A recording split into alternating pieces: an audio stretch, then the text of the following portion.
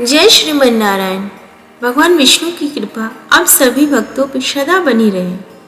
आज के इस वीडियो में हम श्रवण करेंगे श्री स्कंद पुराण के वैशाख महात्म्य के नारद और अम्बरीश के संवाद में भागवत धर्म कथन नाम का 20वां अध्याय। मैंने प्रथम 19 अध्याय अपने YouTube चैनल पे अपलोड कर दिए हैं, कृपया करके आप उन्हें भी अवश्य ही सुने। व्यास कहने लगा कि हे ब्राह्मण, कहा परमेश्वर ने करोड़ों हजारों जीव रचे हैं, इनके भिन्न भिन्न कर्म देखने में आते हैं और अनेक सनातन मार्ग हैं। हे महामते, इन सब के स्वभाव एक से क्यों नहीं है, यह जानने की मेरी इच्छा है। आप विस्तार पूर्वक कहिए। यह सुन संख मुनि कहने लगे, रजोगुणी, शतोगुणी और तमोगुणी इन 3 प्रकार के जीव होते हैं। इनमें से रजोगुणी रजोगुण के कर्म करते हैं और तमोगुणी तमोगुण के कर्म करते हैं तथा सतोगुणी शतोगुण के कर्म करते हैं। संसार में कभी कभी इन गुणों में विषमता भी हो जाती है। उसी कारण ऊंचे नीचे कर्मों को करके फल के भोगने वाले जीव कभी सुख, कभी दुख और कभी अभाव पाते हैं। और प्रकृति के जीव इन्हीं तीनों गुणों से बंधे हुए हैं। गुण और कर्म के अनुसार ही कर्मों का नाश और फल होता है। इन्हीं गुणों के अनुगुणी होकर मनुष्य प्रकृति को प्राप्त होते हैं। प्रकृतिस्थ मनुष्य प्राकृतिक गुण कर्मों से अभिमूर्तित हैं और वे प्राकृतिक गति प्राप्त करते हैं और प्रकृति का कभी नाश नहीं होता है। तमोगुणी बहुत दुखी रहते हैं क्योंकि इनकी वृत्ति सदा तमोगुणी रहती है। वे निष्ठुर, निर्दय और सबसे द्वेष रखते हैं। राक्षसों से लेकर पिशाच तक सब तामसिक गति को प्राप्त करते हैं। रजोगुणियों की बुद्धि पाप पुण्य मिश्रित होते हैं, अतः ये पुण्य और पाप दोनों करते हैं। इन्हें पुण्य से स्वर्ग और पाप से नरक मिलता है। इससे ये मंद भाग्य वाले संसार में बार बार जन्म लेते हैं। सतोगुणी धर्मशील, दयावान, श्रद्धावान, पराई निंदा न करने वाले होते हैं। इनकी वृत्ति शतोगुणी होते हैं। ये महा ओजस्वी, पाप रहित ऊर्ध्वलोक को जाते हैं, अतएव भिन्न भाव और पृथक बुद्धि वाले हैं। इन्हीं के गुण और कर्म के अनुसार विष्णु भगवान इनमें कर्म करते रहते हैं। अपने स्वरूप की प्राप्ति के निमित्त पूर्ण है। कामना जिनकी विष्णु भगवान के विषमता नहीं है। विष्णु भगवान उत्पत्ति, पालन और संहार समान भाव से करते हैं। वे सब अपने अपने गुणों से कर्मों के फल भोगते हैं। जैसे बगीचे में उत्पन्न भय सब वृक्षों के ऊपर मेघ समान भाव से बरसता है और संपूर्ण वृक्ष एक ही नाली से सींचे जाते हैं, परंतु सब वृक्षों की प्रकृति भिन्न भिन्न होती है। यद्यपि बाग लगाने वाले को कुछ विषमता व निर्घृणता नहीं रहती। व्यास कहने लगा, हे मुने, पूर्ण भोग वाले मनुष्यों की मुक्ति कब होती है? सृष्टि काल में या अंत काल में अथवा स्थिति काल में? और सृष्टि, स्थिति तथा संसार के काल की मर्यादा कितनी कितनी है? हे ब्राह्मण, यह मेरे सामने आप विस्तार पूर्वक कहिए। संघ बोले, 4 सहस्र युग का ब्रह्मा जी का एक दिन और इतनी ही एक रात्रि होती है। इस प्रकार दिन रात ब्रह्मा का एक दिन होता है। 15 दिन का एक पाख और 2 पक्ष का एक महीना होता है।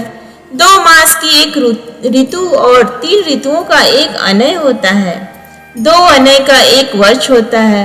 इसी प्रकार से ब्रह्मा जी के 100 वर्ष व्यतीत होने पर ब्रह्म कल्प पूरा होता है। वही प्रलय का समय है, ऐसा वेदताओं का मत है। प्रलय 3 प्रकार की होती है। एक मानव प्रलय जब मनुष्यों का अंत होता है। दूसरा ब्रह्मा जी के दिन की समाप्ति के समय होती है, वह दैनंदिन प्रलय कहलाती है। उसके पीछे ब्रह्मा जी लय के समय जो प्रलय होती है उसे ब्रह्म प्रलय कहते हैं।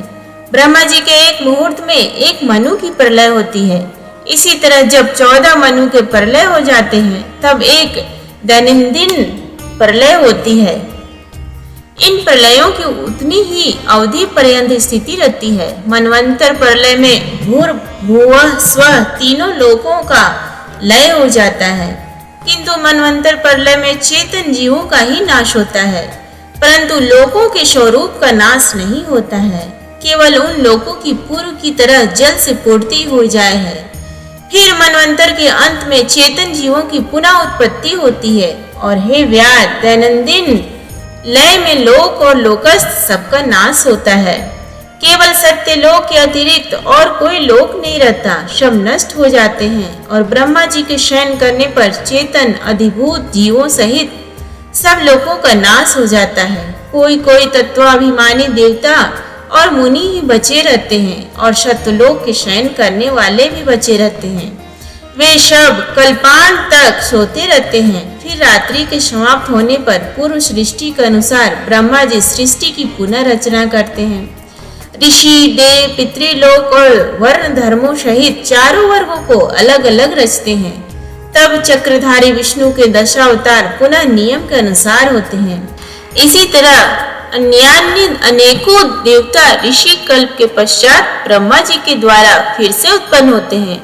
और जो ब्रह्मा जी के संग मुक्ति पाने वाले हैं वे सब ब्रह्मलोक में ही रहते हैं। और जो सिद्धि प्राप्त राजा, साधु और सिद्ध ब्रह्मलोकवासी हैं वे सब सत्यलोक ही में स्थित रहते हैं, यहाँ नहीं आते। तथा जो उस राशि पर जाने वाले उसी नाम से श्रुति में यथा रीति स्थित है वे फिर जाते हैं। अपने अपने कर्म करता अपने अपने गोत्रों में जन्म लेते हैं। और जब कलयुग समाप्त होता है तब सब दैत्यों नाश हो जाता है, तो वे भी सब कलयुग सहित अपनी गति को जाते हैं। उनका निरय स्थान होता है और उनके नाम के राशिस्थ और भी जो हैं वे अपने कर्म अनुसार वैसे ही कर्म करने वाले होते हैं। अब मैं तेरे सामने सृष्टि काल और मुक्ति काल का वर्णन करूंगा, सावधान होकर सुनो। देव देवेश भगवान एक निमेष ब्रह्मा जी के कल्प के समान होता है। तदंतर देवों के मुकुट मणि भगवान का उतना ही उन्मेष अर्थात पलक का खुलना होता है।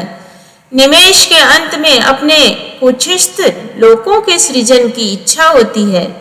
तब सब लोकों को और अनेकों समूहों को अपने उदर में रखता है। उनमें कितने ही सृजन योग्य, कितने ही मुक्त और कितने ही ऐसे लोग होते हैं जिनका लिंग देह छूट गया है। वे सुप्त हैं, संसार में स्थित हैं और वे सब तमोगुण संबंध युक्त होते हैं। कुछ ऐसे भी होते हैं जो पूर्व कल्प में विधि पूर्वक लिंग भंग को प्राप्त हुए हैं। मानव पर्यंत जीव कोश, जीव उन्मुक्त और मुक्तिगामी जो पूर्व कल्प में विमुक्त हो ब्रह्मा से लेकर मनुष्य तक विष्णु की कुक्षी में गत होकर भी ध्यान अवस्थित रहते हैं। उनमें से प्रथम भाग में चतुर्व्यूहात्मक विभु षड गुणी होकर व्यूह में स्थित वासुदेव से ब्रह्मा को सायुज्य देकर महाविभु तत्पश्चात महात्माओं को तत्व ज्ञान रूपी सारूप्य मुक्ति देते हैं, किसी को सामीप्य मुक्ति देते हैं तथा देवादिदेव जनार्दन अन्य मनुष्यों को सालोक्य मुक्ति देकर अनिरुद्ध रूप से संपूर्ण स्थित लोकों का अवलोकन करते हैं। प्रद्युम्न से सृष्टि के रचने का विचार करके माया, जया, कृति और शांति से स्वयं हरि भगवान विवाह करते हैं। वासुदेव आदि से लेकर पूर्ण गुणों से युक्त चतुर्व्यूह है। उन माया, जया आदि शक्ति से युक्त चतुर्व्यूहात्मक हो महाविष्णु भगवान भिन्न कर्म और आशय वाले लोक की रचना करते हुए स्वयं पूर्ण काम नेत्र खोलने के अंत में फिर विष्णु भगवान योग माया का आश्रय लेते हैं। विभस्त संकर्षण से चराचर का नाश करते हैं। ये सब उस महात्मा का अवर्णनीय काम है। यह कार्य ब्रह्मादिक और योगियों द्वारा भी अकथनीय है। यह सुन व्याध ने कहा, हे महाराज, भागवत धर्म कौन से हैं और किन धर्मों से विष्णु भगवान प्रसन्न होते हैं? उनको सुनने की मेरी इच्छा है, सो मेरे सामने कहिए। शंख बोले, जिस धर्म से चित्त शुद्ध होता है और सज्जनों का उपकार हो उसको सतो धर्म जानो तथा जिसकी कोई निंदा ना करे, जो धर्म श्रुति और स्मृति के अनुकूल हो तथा कामना रहित हो और लोक से विपरीत ना हो, उसे सात्विक धर्म जानना चाहिए।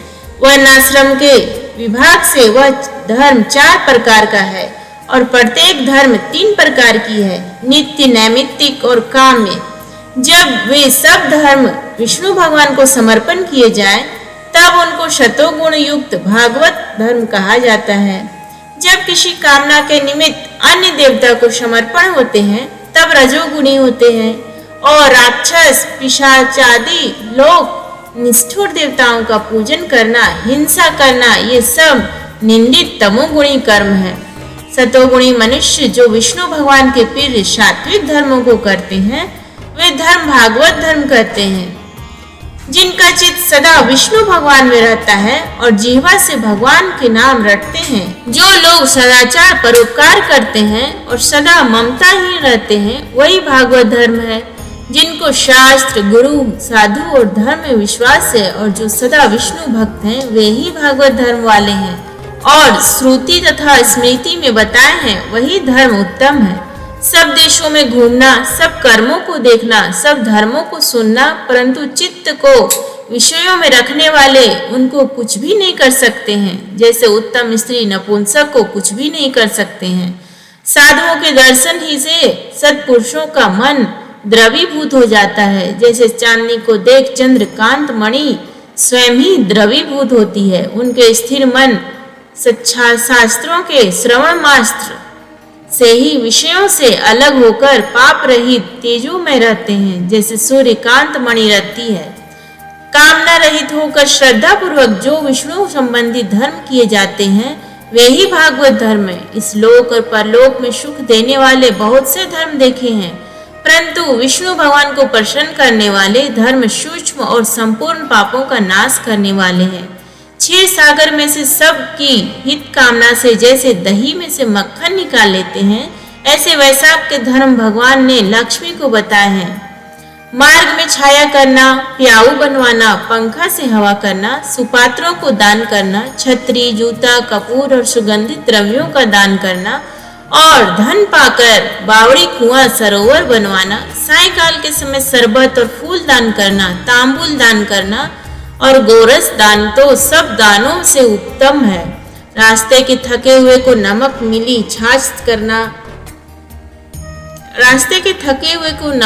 छाछ दान करना, उपटन करना, थके हुए ब्राह्मण के चरण धोना, चटाई, कंबल, पलंग का दान और गोदान तथा शहद का और तिल का दान संपूर्ण पापों का नाश करने वाला है। सायंकाल के समय एक ककड़ी का दान करें तथा रसायन का दान और पितृश्वरों के निमित्त तर्पण करें। ये सब वैशाख में करने योग्य धर्म है। प्रातः काल उठ स्नान कर ब्राह्मण से कथा सुने, फिर नित्य कर्म करके मधुसूदन भगवान का पूजन करें और वैशाख महात्म्य की कथा मन लगा के सुने। तेल और उपटन को छोड़ दे, कांस के पात्र में भोजन और वृथा बकवाद ना करे।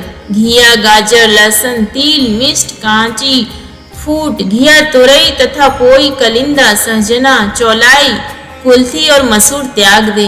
बैंगन, कलिंदा, कोदो, चौलाई, कसू, मूली, गुजर, बेलफल, हिलसौड़ा इनका सेवन वैशाख मास में भूलकर भी ना करे। जो इनमें से एक भी खाए तो चांडालनी की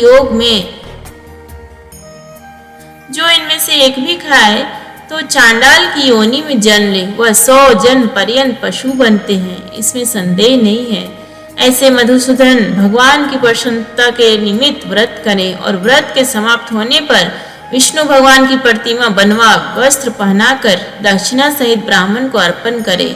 वैशाख सुदी द्वादशी के दिन दही और अन्न दान करें और जल का घड़ा, तांबूल, फल और दक्षिणा सहित दे। पश्चात जूता, छतरी का दान कर ब्राह्मण भोजन कराएं। शीतल जल, दही, अन्न, तांदूल और दक्षिणा लेकर कहे कि यह मैं धर्मराज के निमित्त दान करता हूँ। यमराज मेरे ऊपर प्रसन्न हो, अब सव्य हो, गोत्र सहित इसका उच्चारण करें। पहले दही और अन्न पितृश्वरों की तृप्ति को अक्षत दे, फिर गुरु को, फिर विष्णु को दे।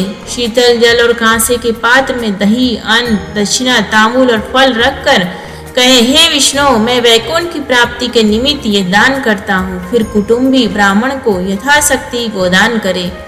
ऐसे दम्भ को छोड़ सदा व्रत करे तो वह सब पापों से छूट अपने 100 कुल का उद्धार कर सब प्राणियों के देखते देखते सूर्य मंडल को भेद कर योगियों को भी दुर्लभ हो विष्णु का परम धाम है उसमें चला जाता है। जब व्याध के पूछे जाने पर वैशाख मास के धर्मों की कथा श्रुतदेव जी से कह रहे थे, तब भी सबके देखते देखते वह पंच शाखा वृक्ष पृथ्वी पर गिरता हुआ और उस वृक्ष की कोटर में से एक बड़ा भयंकर सर्प तत्काल पाप रूप देह का परित्याग कर हाथ जोड़ सिर झुकाए वहां बैठ गया। आशा करती हूँ कि आपको ये वीडियो पसंद आया तो प्लीज़ वीडियो को लाइक और शेयर करें और चैनल को सब्सक्राइब करना ना भूलें। धन्यवाद।